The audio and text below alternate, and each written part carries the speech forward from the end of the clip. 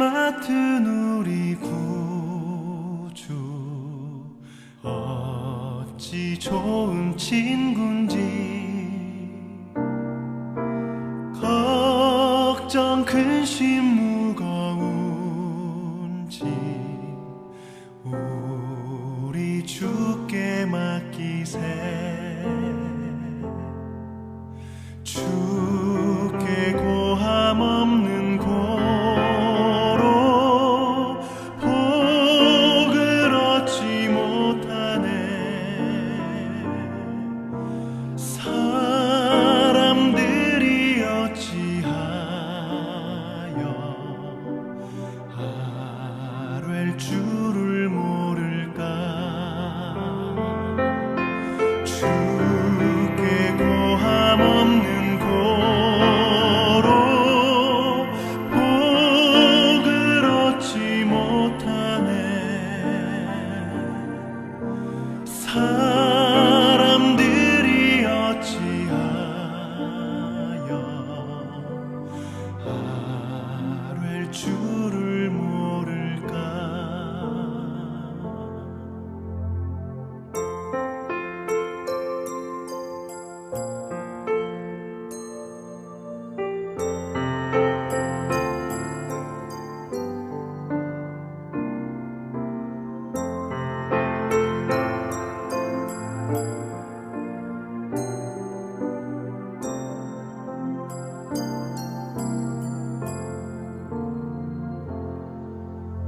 근심 걱정 무거운 짐 아니 짐자 누군가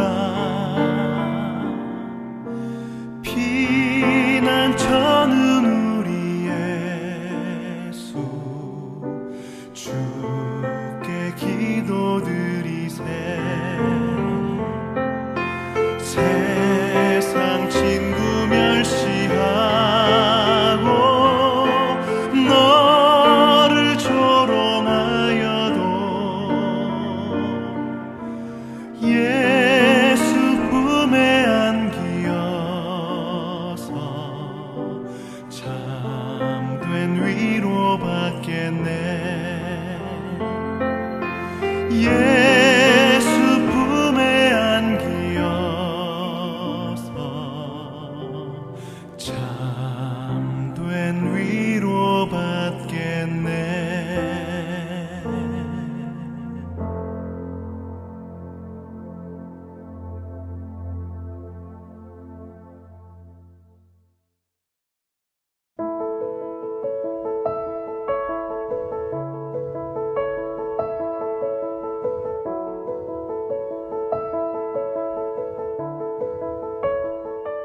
그 후에 예수께서 나가사 르이라 하는 세리가 세관에 앉아 있는 것을 보시고 나를 따르라 하시니 그가 모든 것을 버리고 일어나 따르니라. 르이가 예수를 위하여 자기 집에서 큰 잔치를 하니 세리와 다른 사람이 많이 함께 앉아 있는지라.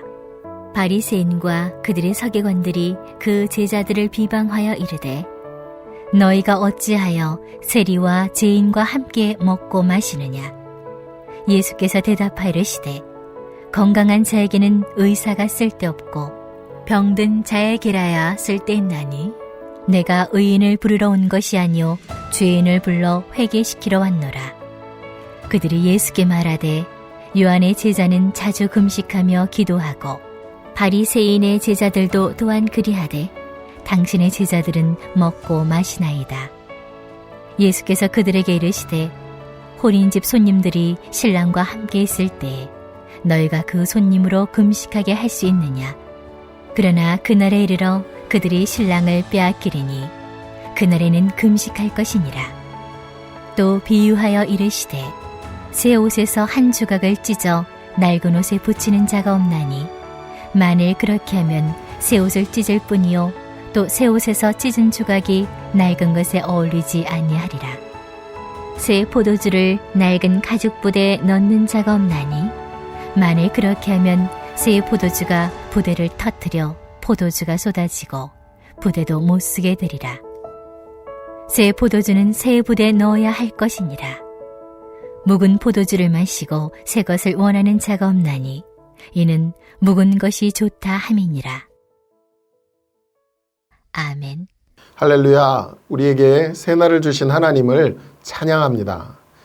매일같이 새롭고 향기로운 우리 주님처럼 여러분의 오늘 하루도 새로운 향기나는 삶이 되시기를 주님의 이름으로 축복합니다.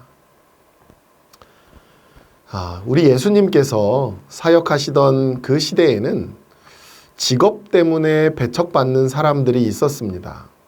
오늘날에도 그렇겠지만 그때 당시에 세금을 거두는 직업을 가진 세리, 그는 배척을 받았죠. 당시 유대인들은 로마의 지배를 받으면서 세금을 내야만 했고 그 과정에서 세관의 직원이 부정을 저지르고 있었다 하는 것은 공공연한 사실이었습니다.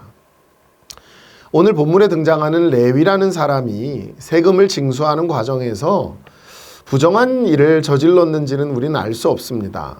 다만 분명한 것은 당시 사회적인 분위기에서 그런 사람들은 이유불문하고 죄인으로 취급되었다는 거죠. 그런데 우리 예수님께서는 이 사회적인 통념을 깨고 바로 그 사람을 제자로 부르셨습니다.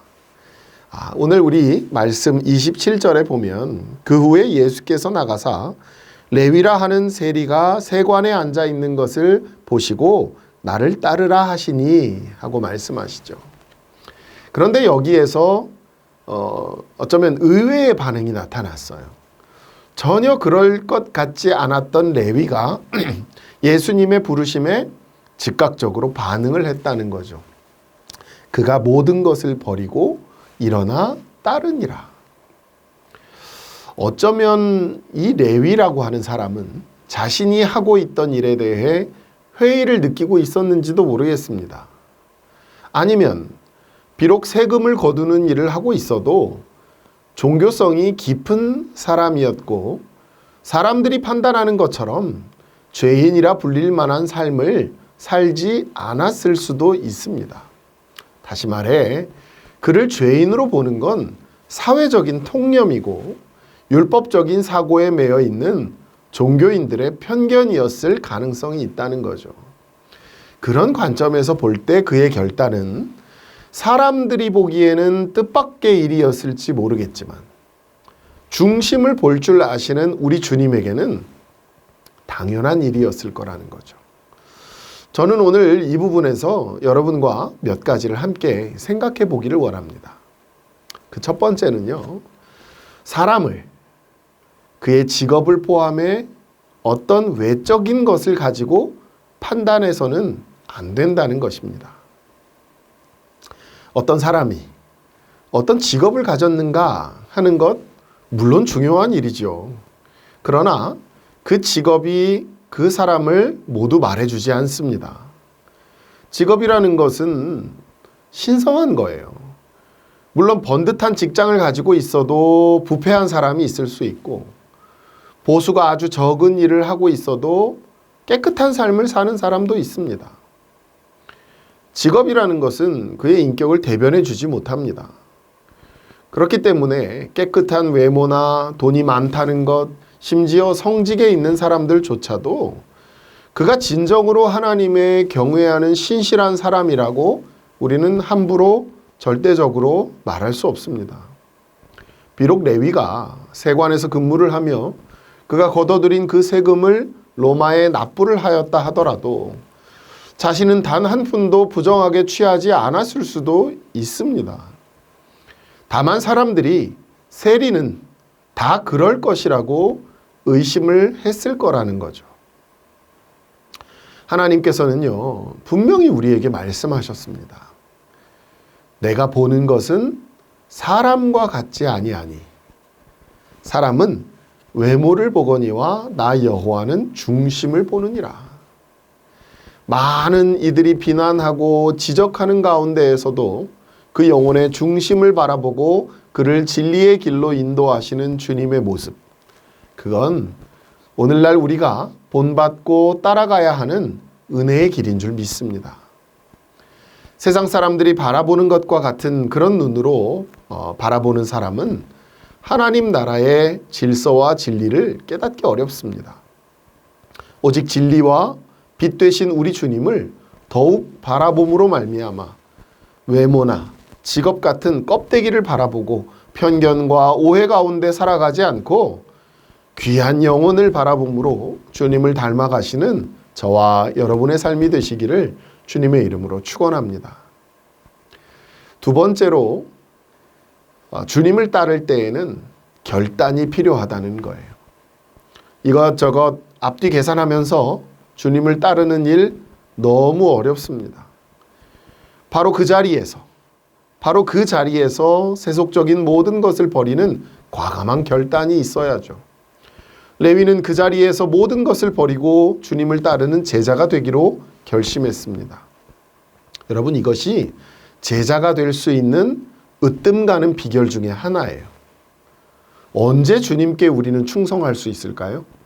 취직시험에 합격한 후에? 대학에 붙고 난 다음에? 올해는 좀 쉬고 내년부터 충성하는 것 가능할까요? 그렇지 않습니다. 그렇게 하면 제자가 될 수 없어요. 예수님은요, 망설이는 사람을 제자로 삼으신 적이 단 한 번도 없습니다. 여러분, 지금 결단하고 지금 행동으로 옮겨야 합니다. 지금이 아니면 평생 기회가 없을 수도 있어요. 기도할 마음을 하나님께서 주셨다, 주님께서 주셨다, 그럼 당장 기도의 자리로 나아가시기를 바랍니다. 주님께서 주신 감동을 인간적인 우유부단함으로 미루지 마십시오. 바로 지금이, 우리 고린도후서 6장 2절의 말씀처럼 바로 지금이 가장 은혜 받을 만한 때요 구원의 날인 줄 믿습니다. 여호와께서 예수님께서 자신을 제자로 부르셨다는 그 기쁨에 레위는 예수님을 자신의 집으로 초대해서 식사를 대접하죠. 29절 말씀입니다. 레위가 예수를 위하여 자기 집에서 큰 잔치를 하니 세리와 다른 사람이 많이 함께 앉아 있는지라. 세리가 베푼 잔치였으니 분명 그와 친분이 있는 사람들도 모여들었을 것입니다. 그리고 이들은 전통적인 그 유대인의 시각에서는 매국노 그리고 또 죄인들이었음이 말할 필요도 없었겠죠. 이것은 바리새인들과 서기관들의 눈살을 찌푸리게 만들었죠. 그래서 30절에 그들이 이렇게 말합니다. 바리새인과 그들의 서기관들이 그 제자들을 비방하여 이르되 너희가 어찌하여 세리와 죄인과 함께 먹고 마시느냐. 이들은 지금 그런 말로 비난을 했던 것입니다. 그때 그들의 그 비난을 들었던 예수님께서 이제 다음과 같이 우리에게 말씀해 주고 계세요. 이 바리새인과 사두개인들에게 하시는 말씀입니다. 예수께서 대답하여 이르시되 건강한 자에게는 의사가 쓸데없고 병든 자에게라야 쓸데있나니. 또 뒤이어서 내가 의인을 부르러 온 것이 아니요 죄인을 불러 회개시키러 왔노라 라고 말씀하십니다. 우리 예수님께서 정하신 죄인의 기준, 그것은 당시의 종교 지도자들과 달랐습니다. 예수님께서 보시는 진짜 죄인은 자신을 스스로 의인이라고 생각하는 사람들이에요. 오히려 자신의 죄를 볼 줄 모르는 교만한 사람이 죄인이라는 것입니다. 예수님께서는 이런 사람을 강하게 책망하세요. 하지만 자신이 본질적으로 죄인임을 아는 사람에 대해서는 기꺼이 그를 용납해 주셨습니다. 그런 사람의 죄를 품어주시고 그 죄를 마치 예수님 자신의 죄인 것처럼 어깨에 짊어지시고 골고다 언덕을 올라가신 것이죠. 사랑하는 여러분, 우리는 죄인입니다. 우리가 죄인인 줄 알아야 은혜가 있어요. 죄인인 줄 모르면 주님의 십자가 은혜를 알 방법이 없습니다. 바리새인들과 서기관들은 자신들이 죄인이라는 생각을 눈꼽만큼도 하지 않았기 때문에 그 은혜를 알래야 알 수가 없었던 것입니다. 그들은 자신들을 거룩한 의인으로 생각하기 때문에 다른 사람들이 모두 죄인으로 보이는 거예요. 그러므로 이런 사람들에게는 주님이 필요 없게 됩니다. 오히려 자신들을 죄인이라고 말하는 것에 분개하고 적개심을 나타냈어요. 우리에게 필요한 것은 이들과 같은 태도가 아닙니다. 죄인된 우리에게 필요한 고백은 바로 베드로와 같은 고백인 것이죠. 어제 우리 말씀이었어요. 누가복음 5장 8절에 나오는 말씀입니다. 시몬 베드로가 이를 보고 예수의 무릎 아래에 엎드려 이르되 주여 나를 떠나소서 나는 죄인이로소이다 하니. 바로 이 고백을 진심으로 올려드릴 수 있을 때 우리 주님께서는 우리 가운데 다가오셔서 회개할 길을 열어주시고 우리의 병든 심령을 치유해 주실 줄 믿습니다. 우리 주님은 바로 스스로를 죄인으로 인정하는 사람들을 구원하시기 위해 이 땅에 친히 몸소 오신 것인 줄 믿으시기를 바랍니다. 오늘도 우리는 죄인으로 살아가야 할 것이죠. 그러나 죄책감에 눌려있는 죄인이 아니라 의인으로 부름받은 죄인, 주님께서 사랑하시는 죄인으로 살아가기를 주님의 이름으로 축복합니다. 우리는 비록 죄인이지만 주님께서는 우리를 의인이라 불러주시는 줄 믿습니다. 로마서에서 우리에게 이렇게 말씀하세요. 이는 하나님께서 길이 참으시는 중에 전에 지은 죄를 간과하심으로 자기의 의로우심을 나타내려 하심이니. 사랑하는 여러분, 오늘 하루 의인으로 부름받은 죄인의 삶을 살아가시기를 축복합니다. 비록 씻을 수 없는 죄인된 우리이지만 오직 사랑으로 우리를 구원하신 예수 그리스도의 은혜와 사랑이 우리의 삶을 빛으로 인도해 주시는 귀한 한날의 삶이 되시기를 주님의 이름으로 축원합니다. 우리 시간 합심으로 말씀을 의지해서 한번 기도할 수 있기를 원합니다. 죄인된 우리이지만 오직 은혜로 구원함을 얻은 것처럼 우리도 세상과 사람을 바라볼 때에 편견과 판단을 내려놓고 그 안에, 그 영혼 안에 살아 역사하시는 주님을 바라볼 수 있는 눈을 허락해 달라고 우리 이 시간 합심으로 기도하기를 원합니다. 또 두 번째로는 어려운 시절 속에서도 말씀의 빛 가운데 나아갈 수 있도록 말씀 중심의 삶을 살기를 원합니다. 계속 이어지고 있는 90일 성경 일독에 하나님 큰 은혜를 베풀어 주시고 말씀 속에서 길을 찾는 지혜로운 인생이 다 될 수 있도록 하나님 역사해 달라고 우리 이 시간 합심으로 기도하시겠습니다.